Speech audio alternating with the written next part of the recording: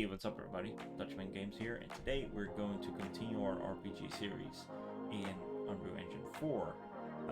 What we're going to do in this series is we're going to make a full-fledged RPG game solo that you can play and make by yourself.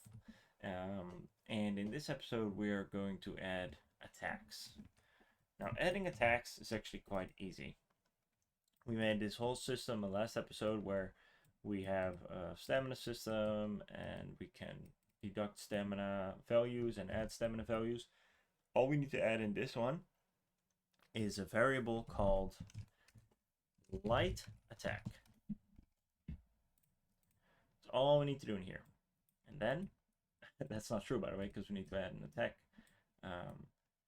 system. So we need to go to input action attack, and we need to do a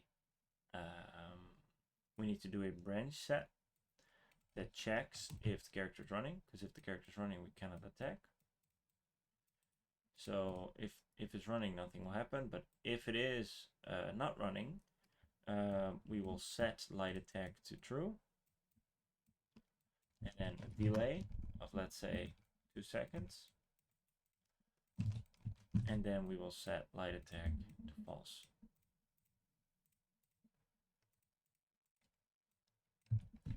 Simple attacking system. So basically what we're doing is we are inputting our command, checking if the character is running, yes or no. If it's not running, then we'll do a light attack. And this way we could, for example, do, if the character is running, then it will do a running attack, or it will do something else. Like, we can play with that. So in this case, it just does a light attack, and only if you're standing still, essentially. Now what we also want to do is, while we do a light attack, we want to set our movement speed to 0.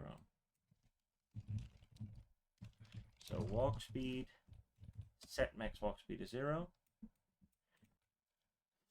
And then once we've set this, when it goes back to normal, we want to set our movement speed back to 300, which is our jog speed. Otherwise you can walk while you attack, and that's not what we want. Now we need to find the blueprint. And in the blueprint, we've set up this locomotion a few episodes ago. We want to drag from the locomotion enum graph. So in here, we want to drag out get state attack. First we need to actually get the attack state from the main character, and we can try to do it via the get pawn owner.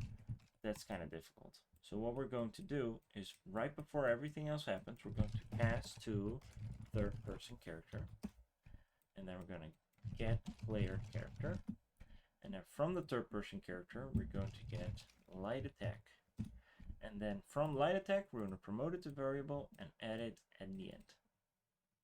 So now we have the value of light attack. We want to make a transition back from attack to walk speed, and now we also, from walk speed to attack, we want to open the transition right here. We're going to add the light attack, and then we're going to do a check if it is true or not. If it is true, light attack will happen. We're going to do the same thing backwards, but then false. If it is false, the light attack will not happen, and it will go back to the walk speed or walk sprint. Now from here we can do 2 things. We can add an attack montage that stands still. So for example, this one. Or we can add an attack montage that has root motion.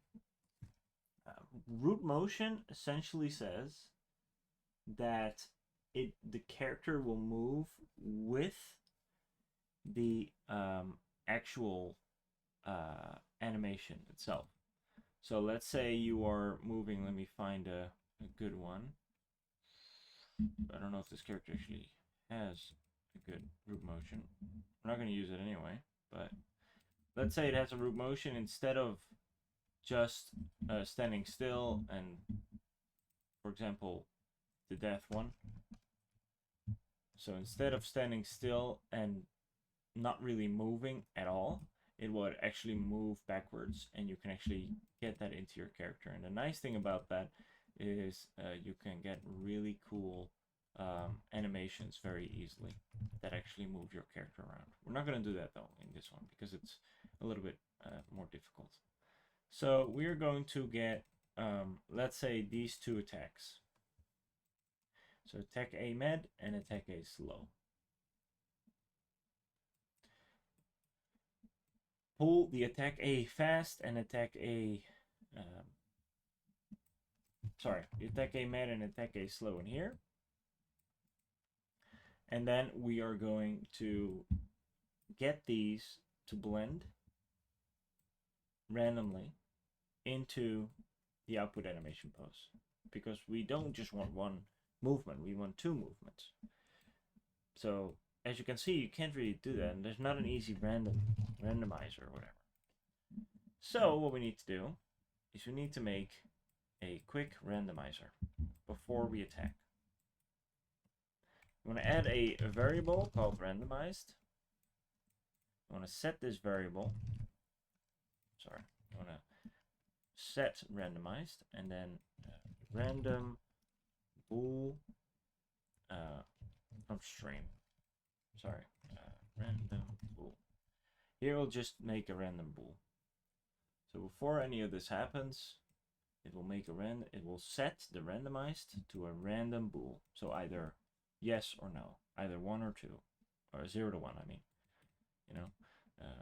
So in this case, now we have the randomized one. We will actually go back to the animation graph, and we will get the randomized value from the third-person character, and then we will set that to a variable, and then we will branch this out, put randomized in here, and blend pose by bool. I always get confused by that.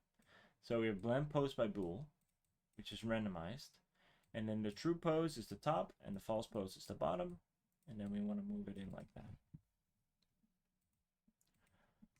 So now what should happen is when we click, it will make an animation,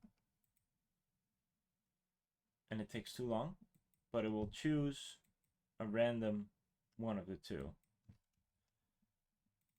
But it is way too long. So what we want to do is we want to make it 1 second or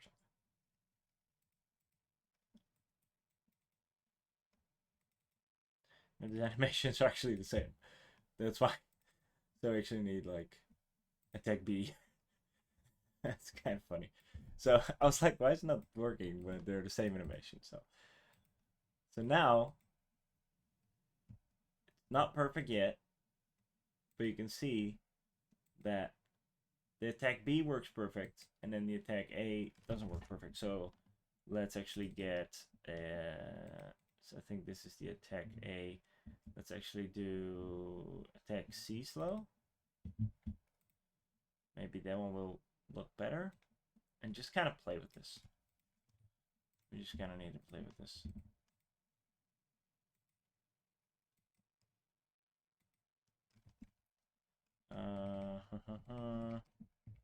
Sorry. This one. And then the attack B slow. You can also obviously adjust the speed value here, but I like 1 second attacks, so I kind of want to make this work. So they're both not really going as fast. So then what we can do is we can actually change the play rate to 0.8 of both of these, and then that should actually work quite well.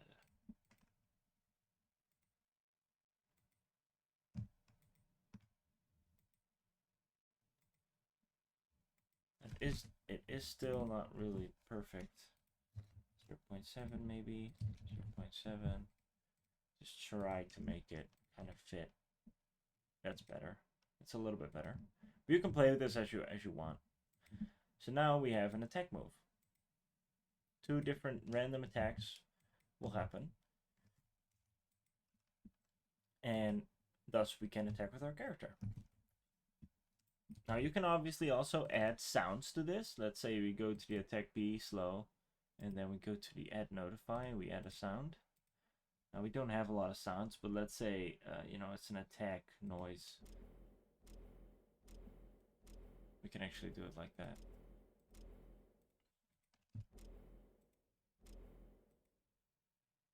So, you know, you can add in whatever noise you want. Maybe a, you know, a swing sound or whatever you would like.